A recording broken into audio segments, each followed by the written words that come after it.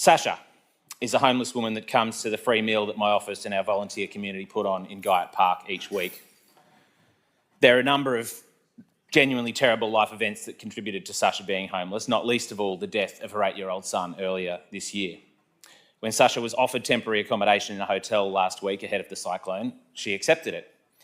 Unfortunately, that's ended and she is back in the park, and she's also now missing her belongings that council threw out when they moved her into the hotel, including her son's picture books.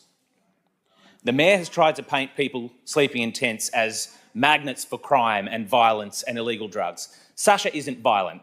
In fact, according to the Australian Institute of Criminology, she is 13 times more likely to be a victim of violent crime than the general public as a person who's homeless. The overwhelming majority of people who are homeless are not criminal offenders. Some of the most common risk factors for homelessness include domestic violence, parental drug use, mental illness, trauma, workplace injuries, cognitive and physical disabilities. Not everyone who experiences these challenges ends up homeless, but almost everyone who is homeless has lived with one of these, and poverty on top of that.